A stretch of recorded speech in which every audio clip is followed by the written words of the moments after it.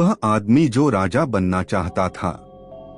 यात्रा की शुरुआत 19वीं सदी के ब्रिटिश भारत की व्यस्त गलियों में दो साहसी ब्रिटिश सैनिक डैनियल ड्रावोट और पीची कार्नेहन एक ऐसी यात्रा पर निकले जो उनकी जिंदगी हमेशा के लिए बदल देगी।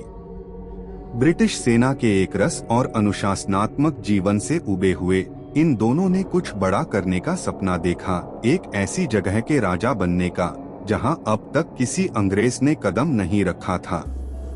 पीची, मैं कहता हूं, उन पहाड़ियों में सोना है और कोई सरकार वहां हस्तक्षेप नहीं करेगी, डैन ने कहा। उसकी आंखों में महत्वाकांक्षा चमक रही थी। उन्होंने काफिरिस्तान नाम के एक दूरस्थ क्षेत्र के बारे में सुना था, जहां के लोगों ने सदियों से बाहरी दुनिया को नहीं देखा था। उनका साहसी योजना थी काफिरिस्तान पर विजय पाना, जनजातियों को एकजुट करना और खुद को राजा के रूप में स्थापित करना।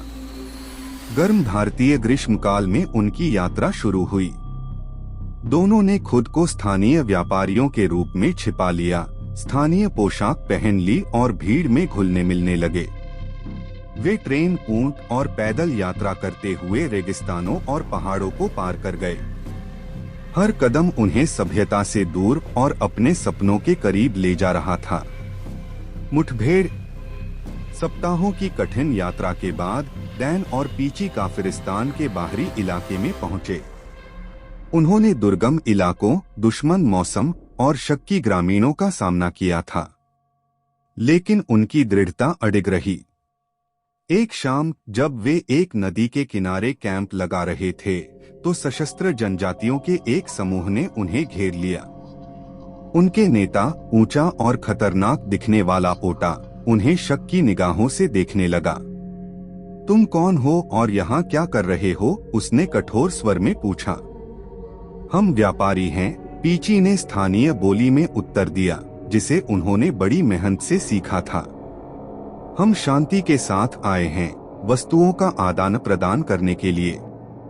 ओटा आश्वस्त नहीं था, लेकिन उनकी बहादुरी ने उसे प्रभावित किया। व्यापारी इतनी दूर नहीं आते। हमारे साथ चलो और देखते हैं कि हमारे सरदार क्या कहते हैं। डैन और पीची को जनजातियों ने एक गांव में पहुंचाया, जो ऊंचे पहाड़ों के बीच बसा था। यह गांव भारतीय मैदानों से बिल्कुल अलग था, ठंडा, अलग-थलग और समय से अछूता। वहां के सरदार, जो एक प्रभावशाली व्यक्तित्व वाला बूढ़ा व्यक्ति था, ने इन दोनों अजनबियों को ध्यान से देखा। हम आपके रीति रिवाजों को सीखना और आपकी मित्रता प्राप्त करना चाहते हैं, डैन ने आदर पूर्वक झुकते हुए कहा। इसके बदले में हम दूर देशों से उपहार लाए हैं। सरदार उनके द्वारा प्रस्तुत विदेशी वस्तुओं से प्रभावित हुआ और उन्हें रुकने की अनुमति दे दी। लेकिन उसे इस बात का अंदाजा नहीं था कि इन दोनों के इरादे व्यापार से कहीं बड़े थे। सत्ता की ओर बढ़ते कदम। अगले कुछ महीनों में डैन और पीची ने गांव वालों के बीच अपनी जगह बना ली। उन्होंने ज्ञान साझा किया, उन्हें सैन्य रणनीतियां सिखाईं और विवादों को सुलझाने में मदद की। उनकी लोकप्रियता और उनका प्रभाव बढ़ता गया। डैन अपनी करिश्माई व्यक्तित्व और रणनीतिक दिमाग के कारण धीरे धीरे नेता बन गया, जबकि पीची अपनी चतुराई और कूटनीति के कारण उसका दायां हाथ बन गया। एक दिन एक प्रतिद्वंद्वी जनजाति ने गांव पर हमला कर दिया। डैन और पीची ने गांव की रक्षा का नेतृत्व किया। उनकी श्रेष्ठ रणनीतियों और हथियारों ने लड़ाई का रुख पलट दिया।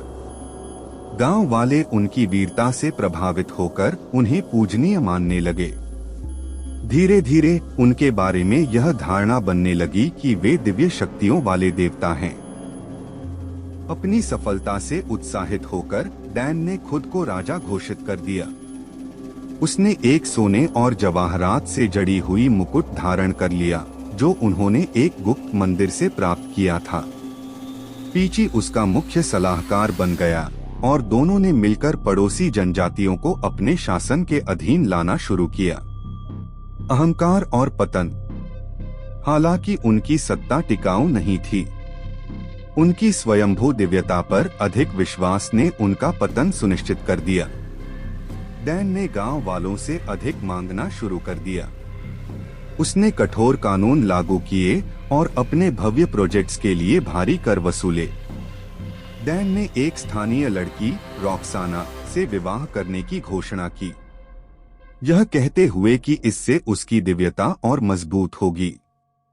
लेकिन यह निर्णय गांव वालों के लिए अंतिम अपमान साबित हुआ।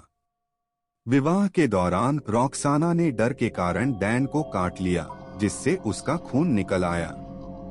खून देखकर गांव वालों की आंखें खुल गईं। वह कोई भगवान नहीं है, वे चिल्लाए। वह हमारी तरह ही एक साधारण इंसान है। गांव वालों ने क्रोध में आकर डैन और पीची को पकड़ लिया। उनकी पोशाकें छीन ली गईं और उन्हें भीड़ के सामने लाया गया। डैन को एक गहरी खाई के ऊपर बने पुल से चलने को मजबूर किया गया। उसने गरिमा बनाए रखी, लेकिन पुल की रस्सियां काट दी गईं और वह नीचे गिरकर मारा गया। पीची को बख्श दिया गया, लेकिन उसे सूली पर चढ़ा दिया गया ताकि वह सबक बन सके। एक अधूरी कहानी।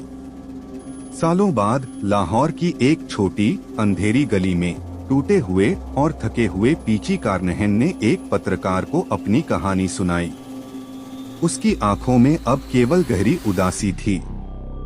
हम राजा थे, पीची ने कांपती आवाज में कहा। हमने सब कुछ हासिल किया था और हम सब कुछ खो बैठे, क्योंकि हम एक साधारण सच्चाई भूल गए कि हम भी इंसान हैं।